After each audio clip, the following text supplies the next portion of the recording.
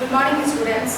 BEd second year के paper first पढ़ा knowledge and curriculum ज्ञान और पाठ्यचर्या विषय का हम पाठ्यक्रम देख रहे थे कि इसमें कौन कौन सी यूनिट है और हर यूनिट में हमें क्या देखना है।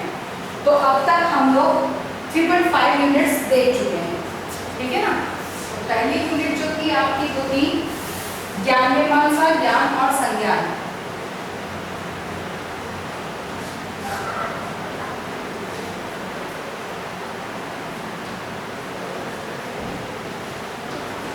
ज्ञान मीमांसा, ज्ञान एवं संज्ञान या ज्ञान। सेकंड यूनिट जो थी वो हमारी थी ज्ञान के स्वरूप और विद्यालय में इनका संगठन। ज्ञान के स्वरूप और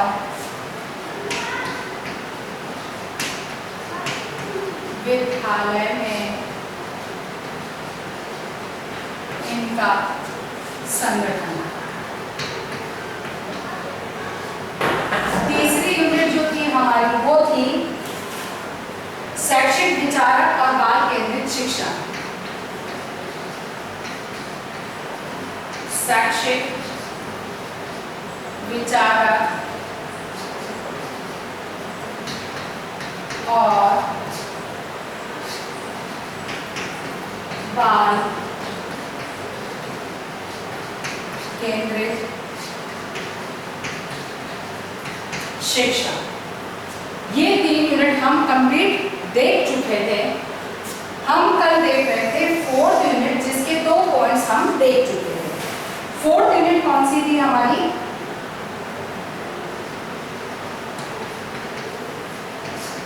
फोर्थ यूनिट थी हमारी पाठ्यक्रम निर्माण के सिद्धांत।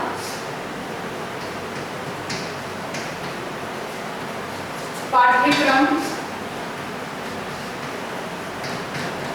निर्माण के सिद्धांत। पाठ्यक्रम निर्माण के कौन कौन से सिद्धांत हैं, हम इनके बारे में चर्चा कर रहे थे। इसमें फर्स्ट जो हमारा था वो था पाठ्यक्रम अवधारणा और पाठ्यक्रम अवधारणा और प्रकृति सोनसो आदि ये सारी चीजें इसके अंतर्गत हमने लिखी थी। और प्रकृति,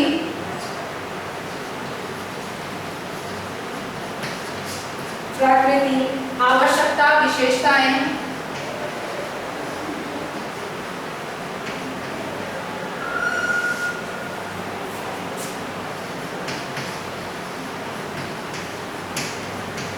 आवश्यकता, विशेषताएं, उद्देश्य।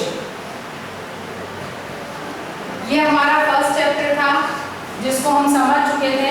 सेकंड चैप्टर में था पाठ्यक्रम संरचना,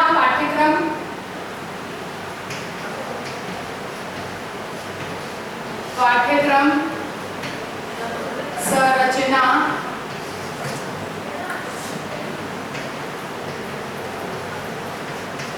पाठ्यक्रम एवं पाठ्यचर्या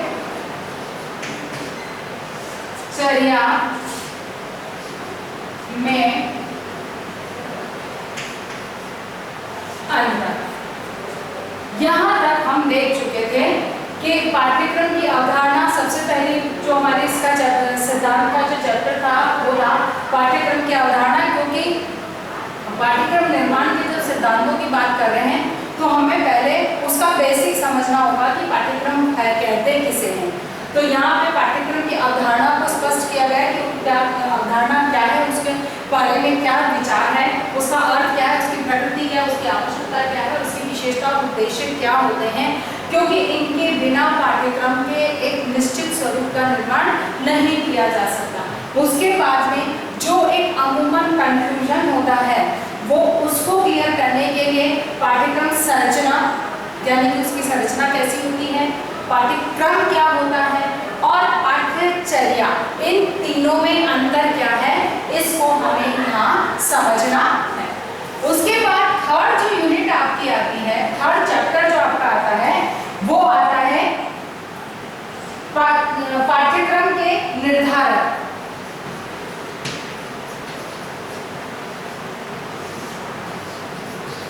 पाठ्यक्रम के निर्धारण, कि पाठ्यक्रम निर्धारण के लिए कौन कौन से आधार होते हैं, उसके निर्धारण किन के उस पर निर्धारण किया जाता है। तो यहाँ पर है छात्र एवं पाठ्यक्रम,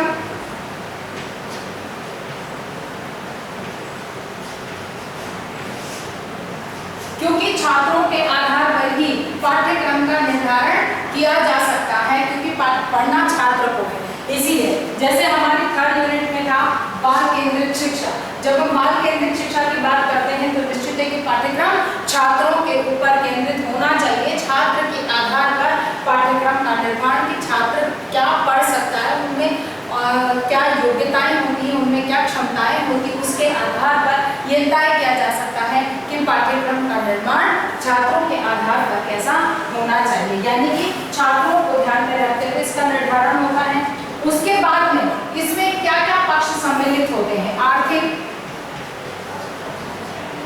क्योंकि आर्थिक ज्ञान क्या है, आर्थिक व्यवस्थाएं क्या है, आर्थिक परंपराएं क्या है, इन्हें जानने के लिए अनिवार्य है कि आर्थिक क्षेत्रों को, आर्थिक पक्षों के, आर्थिक तथ्यों के बारे में जानकारी हो।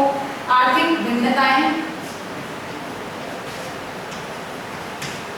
आर्थिक भिन्नता यानी किस तरह से आर्थिक भिन्नताएं पाई जाती हैं, सांस्कृतिक भिन्नता,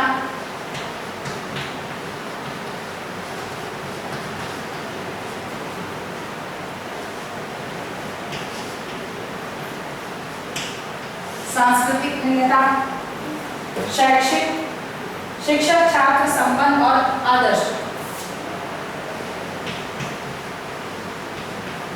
शिक्षक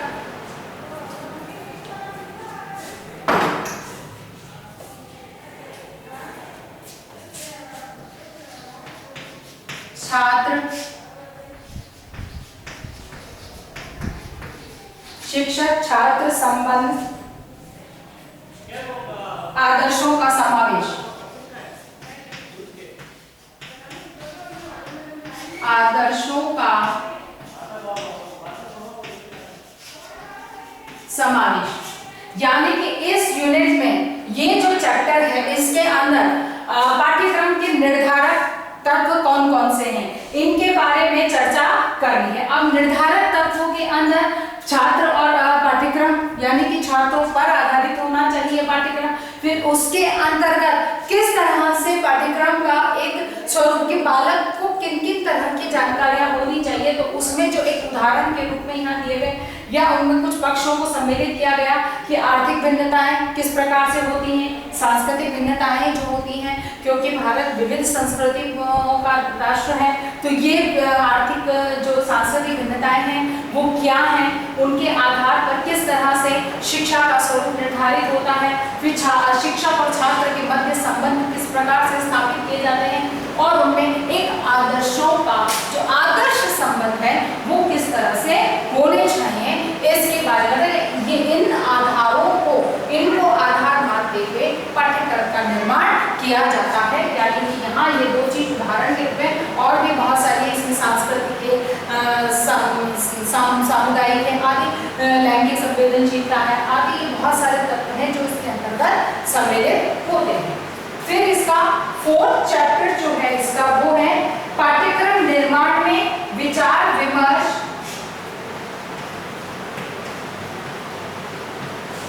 पाठ्यक्रम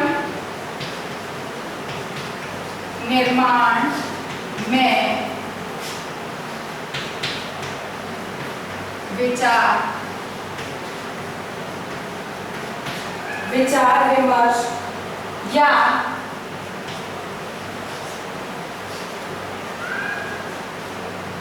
विवेचना, समालोचना, विवेचना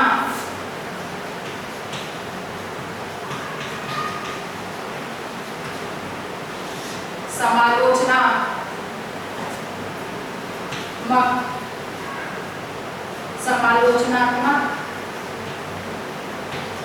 मुद्दे और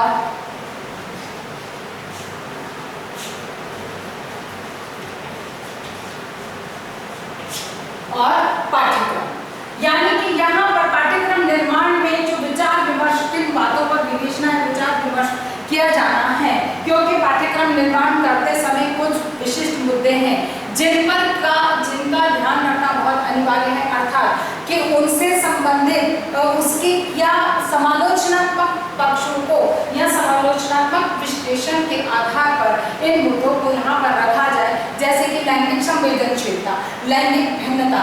ये ऐसे मुद्दे हैं जिनके बारे में बालकों को पता होना चाहिए कि लैंगिक संवेदनशीलता क्या है, लैंगिक मुद्दे क्या हैं और इनमें क्या जो लैंगिक भिन्नताएं हैं इनकी वजह से समाज का जो स्वरूप है, वातावरण है या समाज की व्यवस्थाएं हैं वो किस तरह से प्रभावित होती हैं, राष्ट्र समाज के विकास को किस तरह से बाधा पहुंचाई जाती है इनके माध्यम से।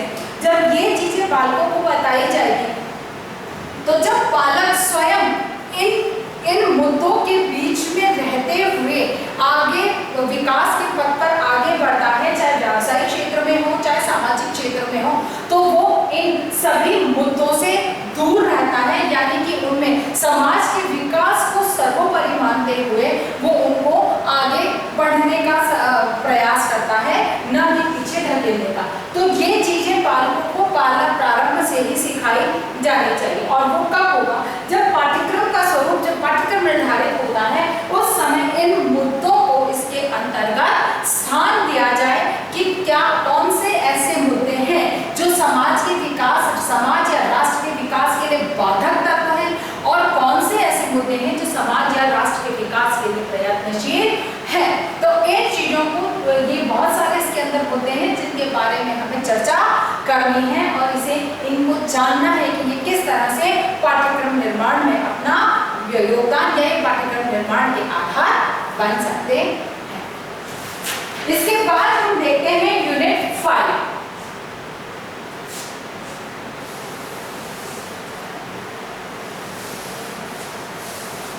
यूनिट 5 के अंतर्गत निश्चित है कि जो कुछ हमने पाठ्यक्रम निर्माण और उसकी बात करी है, तो निश्चित है कि उसके विकास की बात अब हम कर सकते हैं कि इसके अंतर्गत जो यूनिट 5 है उसके अंतर्गत है पाठ्यक्रम विकास और उसका क्रियान्वयन।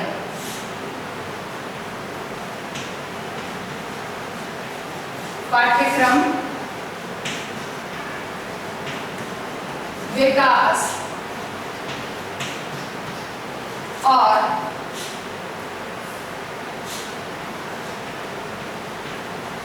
उसका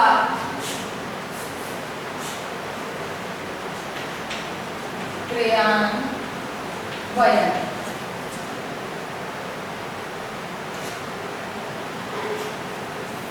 ठीक है, यानी कि पाठ्यक्रम का विकास और उसका क्रियान्वयन, पाठ्यक्रम का विकास कैसे होगा, उसको क्रियात्मक रूप में, यानी कि उसका प्रयोग या यूँ कहा जाए कि उसको किस तरह से स्टेप बाय स्टेप आगे बढ़ाया जा सकता है या उसके लिए कौन कौन सहयोग कर सकते हैं, कौन से ऐसे तत्व हैं जो इसमें अपनी भागीदारी निभाते हैं, भूमिका निभाते हैं, अपना सहयोग प्रदान करते हैं। तो यहाँ पर हमारा फर्स्ट चैप्टर जो है इसका वो है पाठ्यक्रम विकास।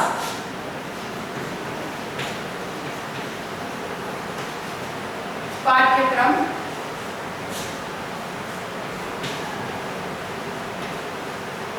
विकास। अब हमें इसको समझना है कि क्योंकि पाठ्यक्रम विकास क्या है, क्योंकि जब हम पाठ्यक्रम निर्माण की बात करते हैं तो एक दिमाग में ये बात आ सकती है कि निर्माण करना ही तो उसका विकास हुआ जैसे, लेकिन ऐसा नहीं है। विकास के लिए उसको, क्योंकि एक बार पाठ्यक्रम निर्मित कर लिया जाता है, उसकी एक बेसिक जो मूल आधार है उसको तैयार कर लिया जाए, लेकिन निरंतर रूप से, क्योंकि परिवर्तन प्रकृति का नियम है और इस नियम से कोई भी अछूता नहीं है, चाहे मनुष्य हो चाहे अन्य कोई हो। आप यहाँ तक कर देखिए कि आपके मोबाइल फोन को ही लीजिए, एक समय था जो कीपैड वाले मोबाइल आया करते थे, अब उनमें परिवर्तन हुआ तो स्मार्ट आया।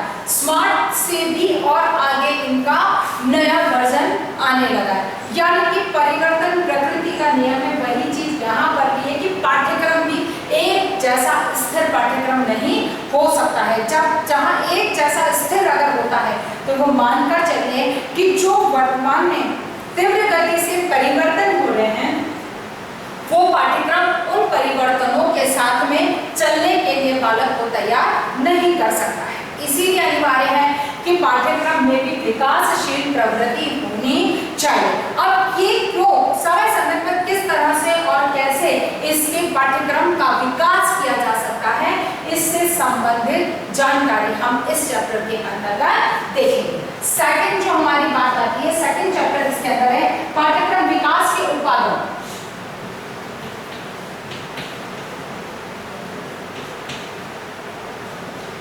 पाठ्यक्रम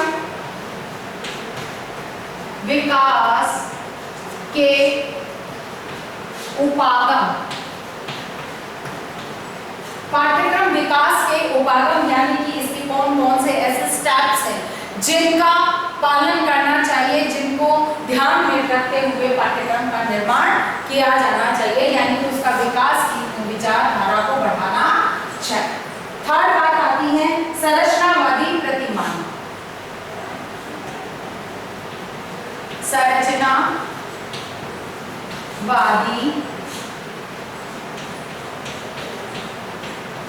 प्रतिमान यानी कि इसमें एक संरचना किस प्रकार से की जाती है, किसी भी वस्तु की संरचना करने के लिए किस प्रकार से उसकी कल्पना की जाती है, किस प्रकार से उसकी ब्लूप्रिंट जिस तरह से कह सकते हैं हम, वो तैयार की जाती है।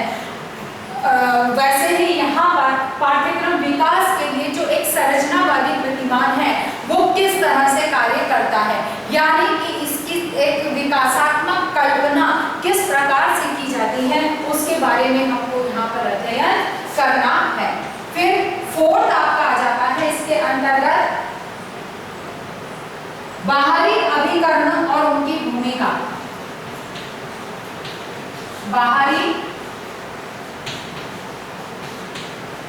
अभिकरण और उनकी भूमिका।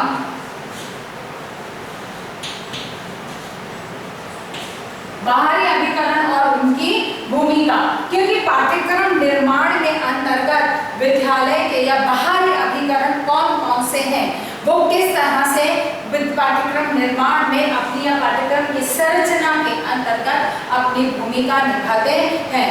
जैसे कि आर्थिक संसाधन है, तो आर्थिक संसाधनों में कौन कौन से आर्थिक संसाधन बाहरी अभिकरण के रूप में अपनी भूमिका निभाते हैं। फॉर एग्जाम्पल बाजार व्यवस्था है, बैंकिंग व्यवस्था है, डाकघर में ये जो डिपॉजिट की व्यवस्था, डाकघर की बैंकिंग व्यवस्था है वो, यानी कि ये किस तरह से उद्योग धंधे हैं, फैक्ट्रीज हैं, ये किस तरह से आर्थिक क्षेत्रों में अपनी भूमिका निभाते हैं और उस किस प्रकार के आर्थिक रूप से प्रशिक्षित व्यक्ति समाज में चाहिए होते हैं, उसकी डिमांड, उसकी मांग, उसके बारे में सूचना यही आर्थिक अभिकरण है वो प्रदान करते हैं, जिसकी पूर्ति पाठ्यक्रम के माध्यम से की जाती है। अर्थात की जो संरचनावादी कल्पना है या पाठ्यक्रम निर्माण के विकास की जो कल्पना की जाती है उसमें ये बाहरी अभिकरण कौन कौन से हैं, इन बाहरी अभिकरणों के बारे में जानेंगे और ये अपनी भूमिका किस तरह से निभाते हैं, इसको हम इसके अंतर्गत समझेंगे। फिर फिफ्थ चैप्टर इसके अंतर्गत आपका आ जाता है अधिगम परिस्थितियों में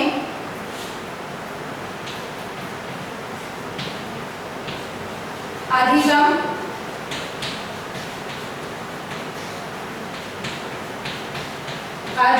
परिस्थितियों में पाठ्यक्रम का संचालीकरण। पाठ्यक्रम का संचालीकरण। अधिगम परिस्थितियों में, अधिगम परिस्थितियां कौन सी, यानी कि वे परिस्थितियां जिनके अंतर्गत बालक किसी चीज को सीखता है, किसी चीज को ज्ञान अर्जित करता है, समझता है, यानी कि वो सीखता है, याद करता है। यहाँ अधिगम परिस्थितियां यानी कि बालक जब अधिगम करता है, किसी चीज को सीखता है, तो उसके लिए परिस्थितियों का निर्धारण कैसे होता है।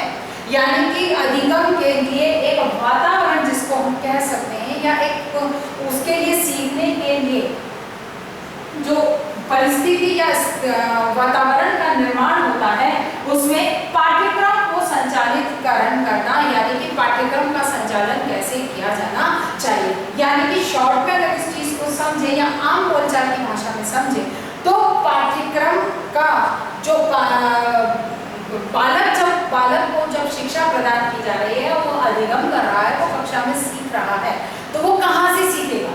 कोई ना कोई पाठ्यक्रम तो होगा। बिना पाठ्यक्रम के बालक किसी चीज को या शिक्षक कुछ कार्य नहीं कर सकता है।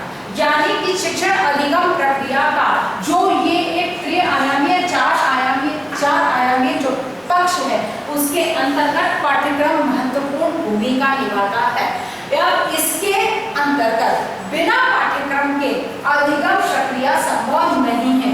अब इसमें चाहे छात्र हो आपके साथ में या शिक्षक हो, छात्र और शिक्षक हैं आपके पास में, शिक्षा के उद्देश्य हैं आपके पास में।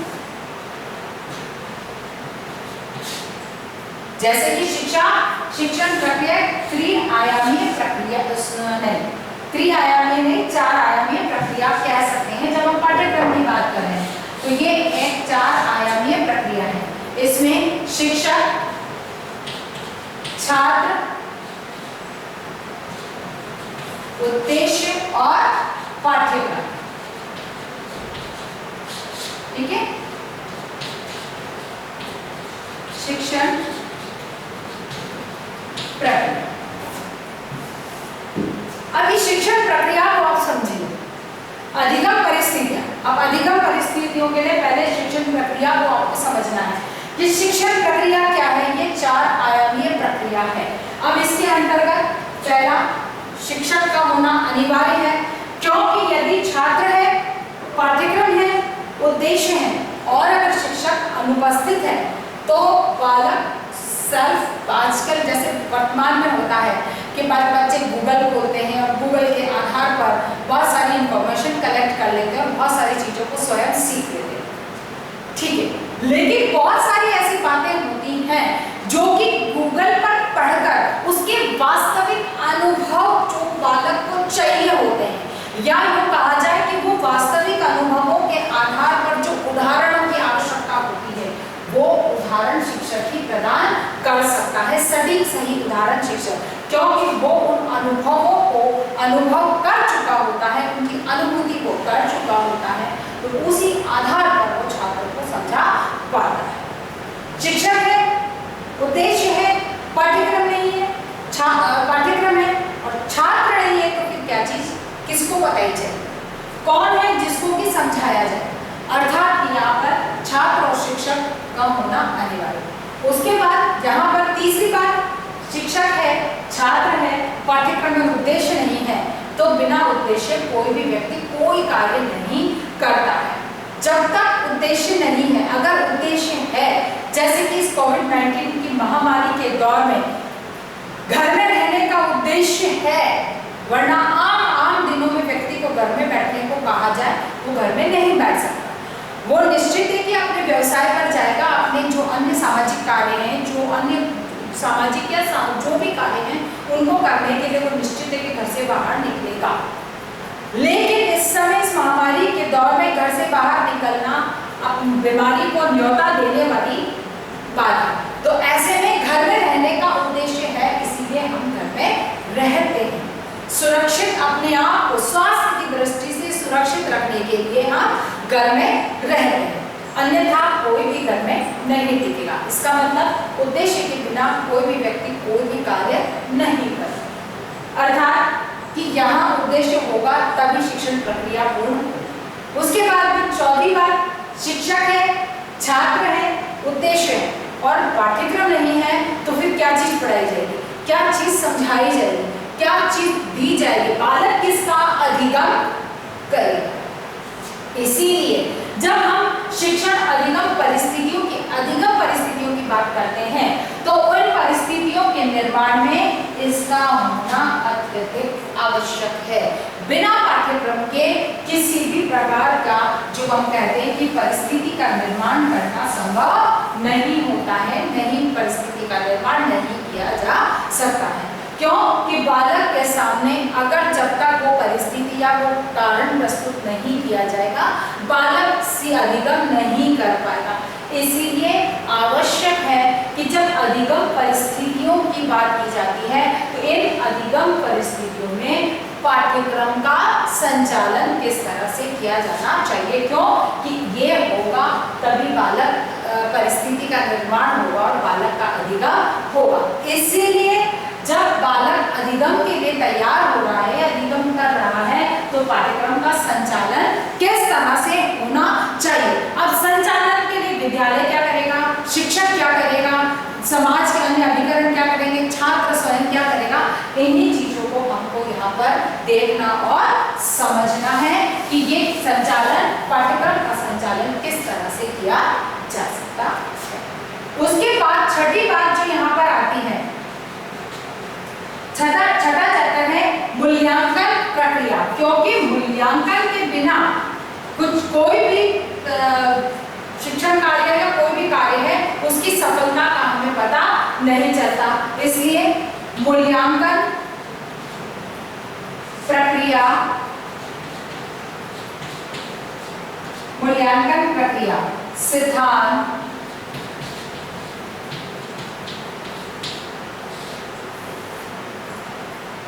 आकलन, सिद्धांत, आकलन, सतत एवं व्यापक,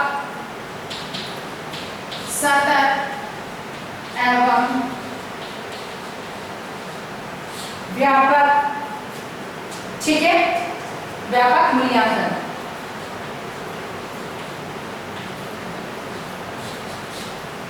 मूल्यांकन की प्रक्रिया के बिना किसी भी पाठ्यक्रम का अस्तित्व या यूं कहा जाए कि किसी भी पाठ्यक्रम की सफलता संभव नहीं। अर्थात कि जब पाठ्यक्रम विकास और उसके क्रियान्वयन की बात आती है तो पाठ्यक्रम के अंतर्गत मूल्यांकन की प्रक्रिया कैसी होनी चाहिए, यानी कि शिक्षण अधिगम परिस्थितियां, शिक्षण कार्य के दौरान मूल्यांकन किस प्रकार से किया जाना चाहिए, पाठ्यक्रम के अंतर्गत मूल्यांकन के लिए क्या व्यवस्था है, किस तरह से मूल्यांकन किया जाना चाहिए। क्योंकि ये समस्त रूपरेखा पाठ्यक्रम के अंदर निर्धारित होनी अनिवार्य है।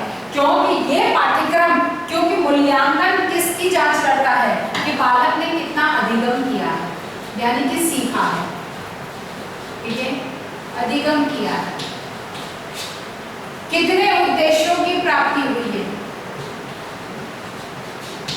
यानी कि उद्देश्यों की प्राप्ति का होना बहुत अनिवार्य है। तो ये मूल्यांकन वह प्रक्रिया है जिसके माध्यम से इन चीजों को जांचा जा सकता है कि जिन उद्देश्यों को लेकर पाठ्यक्रम का निर्माण किया गया था, क्या वो उद्देश्य पूर्ण हो रहे हैं, बालक के लिए जो संचालित किया गया था पाठ्यक्रम, क्या बालक ने उतना अधिगम किया है, अधिगम किया है तो किस तरह से क्या है, कौन सी शिक्षण विधि जो हमने इसमें दी थी वो शिक्षण विधि कितनी कारगर है, नहीं है, बदलने की आवश्यकता है, विषय वस्तु है जो क्या वो उद्देश्य को पूर्ण कर रही है या नहीं कर रही है, अधिगम की परिस्थितियां जो निर्मित की जा रही है क्या वो बालक को अधिगम में सहायता प्रदान कर रही है या नहीं कर रही है। बालक का मूल्यांकन करने से ये बातें स्पष्ट होगी। वहीं पर बालक के परिणामों के आधार पर शिक्षा का मूल्यांकन होता है कि वो जो कुछ पाठ्यक्रम में उसके लिए जो दिशा निर्देश है उसके अनुसार जो वो कार्य कर रहा है, क्या उन कार्यों को वो सफलतापूर्वक कर पा रहा है या नहीं कर पा रहा है। फिर पाठ्यक्रम का मूल्यांकन होता है कि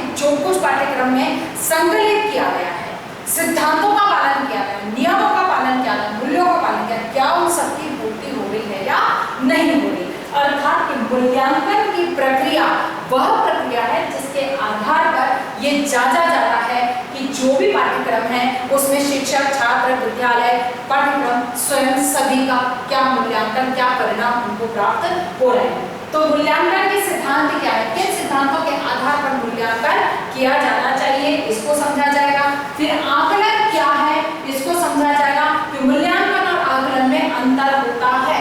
मूल्यांकन जो अंत में किया जाता है, जो कुछ पढ़ा दिया जाता है उसके बाद में, और आकलन समय बीच बीच में बालक की जिज्ञासा या बालकों की अटेंशन या बालक को समझ में आ रहा है या नहीं आ रहा है, इसके लिए जो बीच बीच में लगातार हम प्रश्न करते हैं या कोई अन्य विधि अपनाते हैं, वह आकलन का माध्यम होता है। सतत और व्यापक मूल्यांकन क्या है और ये किस तरह से बालक का पाठ्यक्रम का मूल्यांकन करता है? क्यों कि शिक्षा चूंकि एक निरंतर चलने वाली प्रक्रिया है, प्रारंभ होती है तो वह निरंतर चलती है। जब शिक्षा निरंतर चलने वाली प्रक्रिया है तो फिर मूल्यांकन अंत में ही क्यों किया जाए, वह भी निरंतर रूप से होना चाहिए। इसीलिए सतत और व्यापक मूल्यांकन की कल्पना की गई और इसको विद्यालयों में लागू किया गया। तो ये सतत और व्यापक मूल्यांकन क्या है और ये किस तरह से बालक का मूल्यांकन करता है, बालक पाठ्यक्रम और इसके आधार पर पाठ्यक्रम का और अध्यापक का किस प्रकार से मूल्यांकन होता है। छठा और अंतिम पक्ष जो है इसके अंतर्गत इस यूनिट का सातवां और अंतिम चैप्टर, सेवेंथ और लास्ट चैप्टर है पृष्ठ पोषण। पृष्ठ पोषण यानी कि फीडबैक। ठीक है, तो फीडबैक किस तरह से दिए जाते हैं, अध्यापक के द्वारा, विद्यालय के द्वारा, समाज के द्वारा, मित्रों के द्वारा आदि किस तरह से ये फीडबैक दिए जा सकते हैं, इसके बारे में हमें अध्ययन करना है, इसको समझना है। आशा करती हूँ कि आप लोगों को अब तक जितना भी मैंने आपको सिलेबस, ये 5 यूनिट थी, 5 यूनिट का सिलेबस अब कंप्लीट हो चुका है, पांचों का चौथी मिटा चुकी, ये 5 यूनिट आपके सामने हैं। इसी के आधार पर आपको लास्ट की जो ये 2 यूनिट है, क्वेश्चन आपका यही समझिए, आप होमवर्क के संपूर्ण पाठ्यक्रम को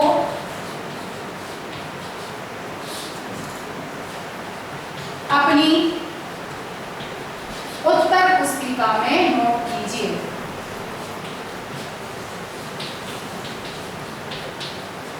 अपनी नोटबुक में इसे नोट करना है। ठीक है, संपूर्ण पाठ्यक्रम को अपनी उत्तर पुस्तिका में नोट कीजिए। पूरे जितना भी सिलेबस मैंने आपको लिखाया है उस सिलेबस को आपको अपनी नोटबुक में नोट करना है। लास्ट में अंतिम अपनी बात को समाप्त करने से पहले कोविड-19 की इस महामारी के दौर में अपने आप को सुरक्षित रखिए। अत्यधिक आवश्यकता होने पर ही घर से बाहर निकलिए। घर से बाहर निकलना आवश्यक है तो मुंह पर मास्क लगाकर या कपड़ा बांध कर निकलें। अपने सोशल डिस्टेंसिंग का पालन करें। 2 गज की दूरी आवश्यक रूप से बनाए रखें और अपने हाथों को समय समय पर धोते रहें या सैनिटाइज करते रहें। स्वस्थ रहें, सुरक्षित रहें। धन्यवाद।